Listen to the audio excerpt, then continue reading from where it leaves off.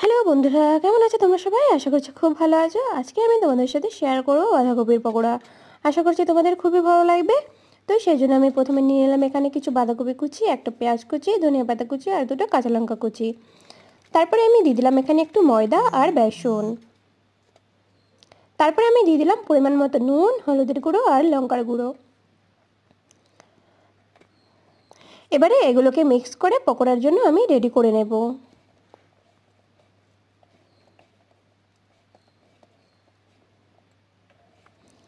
পকোড়ার জন্য আমার এখানে রেডি হয়ে গেছে।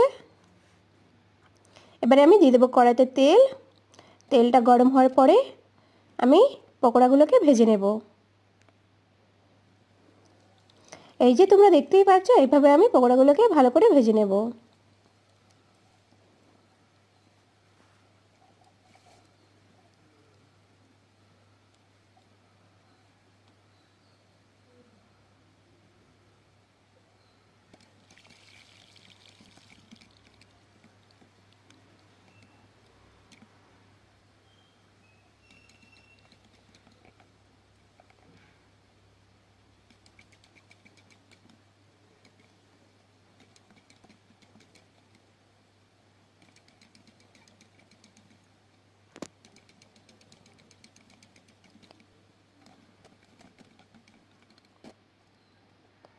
পকোড়াগুলো আমার ভাজা হয়ে গেছে, এবারে আমি এগুলোকে নামিয়ে নেব।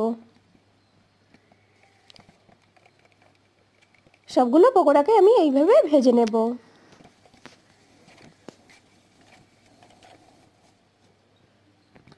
আশা করছি তোমরা অবশ্যই ট্রাই করবে।